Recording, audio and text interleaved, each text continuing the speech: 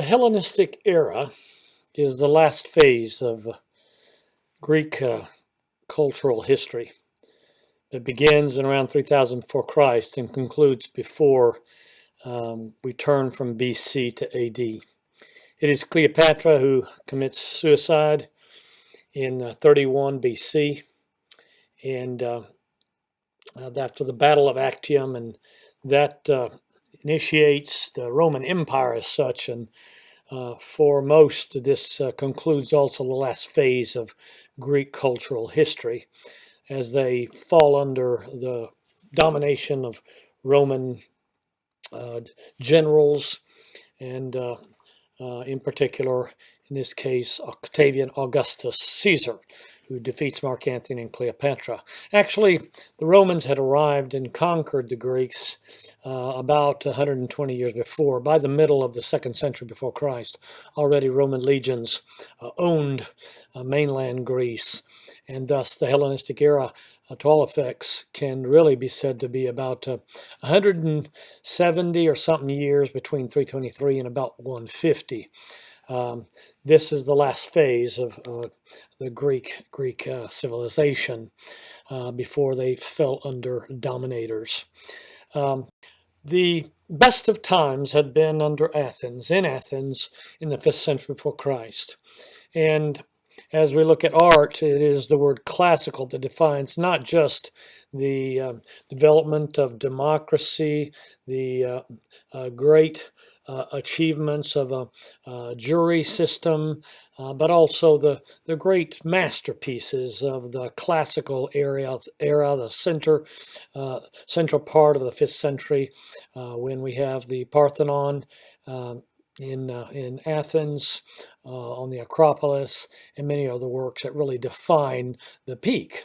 There are 3 major periods of Greek art at the end of Greek history: archaic, from about 800 to 500, the classical, the 5th century in particular, but it spills into the 4th, and then this last phase, the Hellenistic.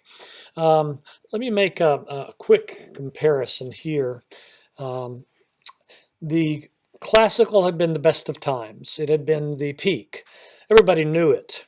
And then, of course, the Greeks shot themselves in the foot.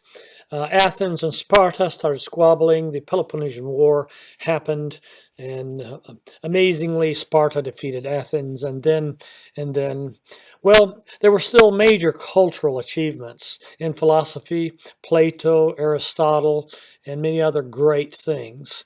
But the incredible period of explosion of ideas and achievements of great and unique things had, in a sense, extinguished itself. The Greeks had hurt themselves. And sculpture and art, if it's any good at all, reflects the moods and the feelings and the ideas of the time. So when you talk about classical sculpture, as we looked at before, well, here are the terms that were applied to those statues of Poseidon or Zeus or the Delphi charioteer. The terms that I used in that particular occasion were balance. The statues could stand there forever. They seemed totally comfortable with the staying there for the rest of time. Symmetrical. What you see on the right, you see on the left. There's nothing out of proportion. They are idealized. That is idealized beauty. The human body, even if it's in a god, is idealized. Imperfections are removed. And what you have is perfect anatomy and perfect representation. There's complete proportion and balance. And here's another important aspect of the classical period that was right before the Hellenistic, which was lack of emotion. No need to show emotions. No emotions. And all of these traits, balance, symmetry, idealism, proportion, lack of emotions, reflected their sense of, we have arrived. We have achieved the max. Everybody in the future will be talking about us and what we achieved in this magical time of the 5th century, which they will realize soon it was the peak of their cultural achievements and the greatest of times, the best of times. But of course, as I reminded us, things fell apart. The 4th century and then the 3rd, and going into the 2nd, when the Romans arrive and conquer Greece, is termed the Hellenistic terms, the Hellenistic period, Hellenistic era, and it is a time when art is still beautiful in one sense. It is technically absolutely a masterpiece, but it reflects also the fact that they know that they lost it. That great moment of balance, achievement that they had been responsible for in the 5th century, the classical period, was now gone, and it couldn't be recovered. It's kind of like this: when you feel good about yourself, you know your talents, your abilities, your achievements. You don't need a lot of decorations. You don't need a lot of jewelry. You don't need a lot of makeup. You present yourself as you are, more or less, because you are confident in who you are. On the other hand, when we are not feeling good about ourselves, when we are maybe depressed, maybe we've lost our mojo, we have no longer the ones that we used to be, well, then we try to put on a facade. We pack on the jewelry. We intensify the mascara, and we put on clothes and hats, and we try to cover our lack of confidence up. So we look good on the outside, but it's not beauty. It is a decoration. When we have to decorate, well, then we have lost the confidence of the natural beauty. That's, in a sense, what happened in the Hellenistic period. They knew they had lost what they once had, and they could not recover. So they simply poured on the technical abilities, and that's what we're going to see. The Hellenistic period is a third period of Greek art, the last phases at the end, and it is in so many ways the exaggeration, if not the opposite, of the classical. If the classical didn't need to show emotion, well, then the Hellenistic shows all kinds of expression and all kinds of emotional. It is very emotional. Now, it's going to be highly skillful. We're not putting it down. It is absolutely masterful. They have learned to do bronze and sculpture of white marble, and they have learned to absolutely put on the decoration. Yet these decorations are a clear sign of the fact that to try and impress with the technical abilities and emotions rather than with a quiet, peaceful balance. Beauty, it becomes less important than does simply to express strong emotions. And therefore, it clearly signifies that they have lost their balance. They've lost their sense of harmony that was clearly portrayed in those classical sculptures that we viewed before. Here's a word that kind of summarizes the new feeling in the Hellenistic era: pathos. Pathos is a quality that causes people to feel sympathy and sadness. It is high degrees of emotionalism. And it represents, clearly, it tries to appeal to the emotional side of an audience, of a spectator, and that's what the Hellenistic will clearly try to do.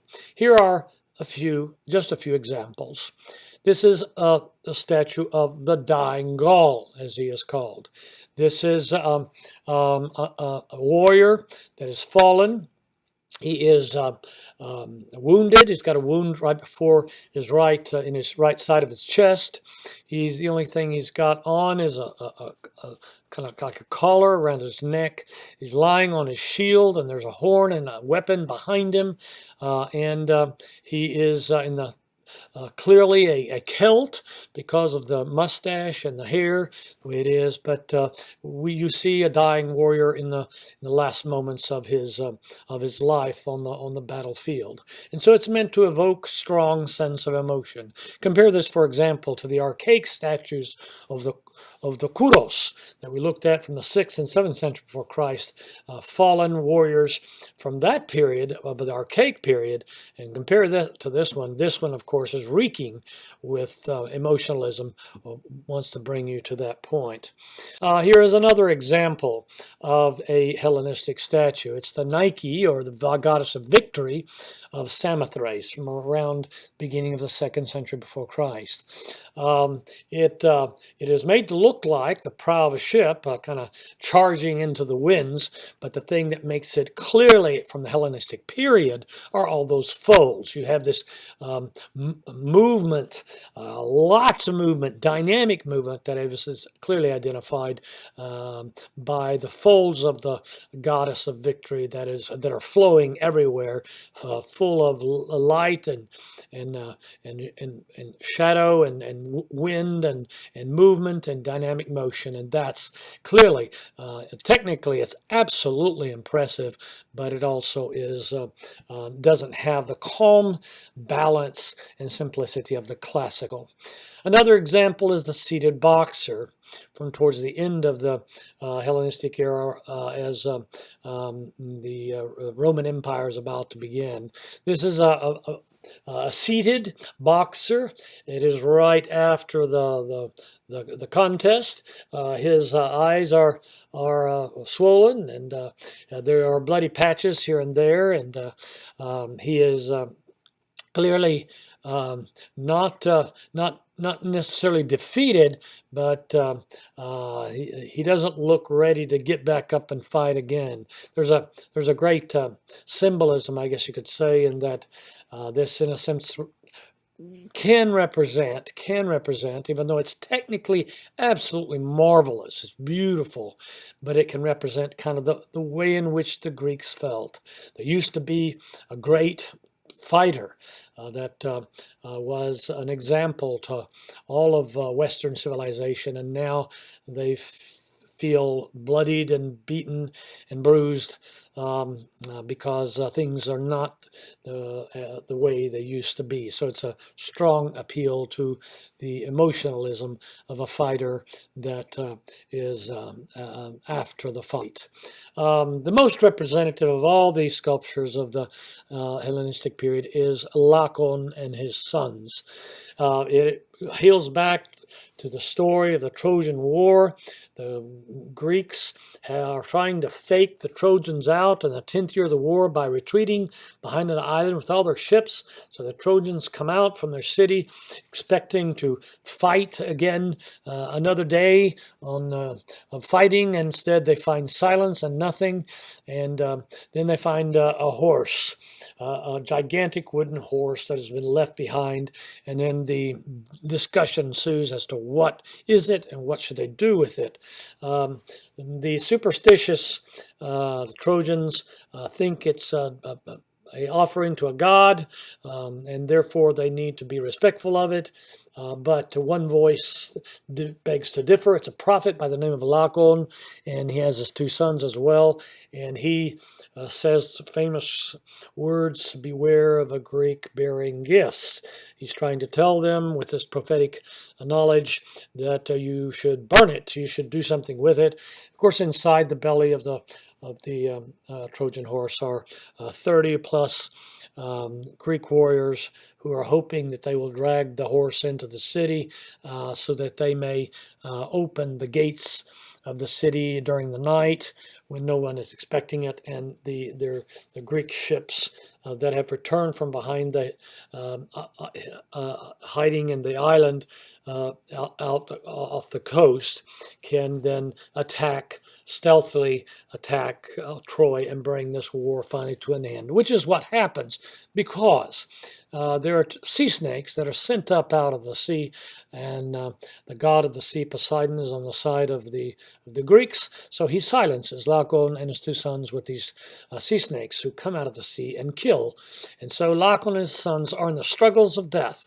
They are telling the truth, but they're going to be silenced because the god Poseidon wants them dead and wants Troy to fall, which is what will happen. This is a prototypical icon of agony. This is the human condition. You speak the truth and you pay the price for it. So strongly emotional, strong struggle. Don't deserve to die, don't want to die. This, again, is not classical in any shape or form, but it's technically beautiful, but it's clearly Hellenistic. And this is one of the most representative of this period. In summary, the Hellenistic times see sculpture, such as that seated box, will reveal the interest in the dramatic, theatrical.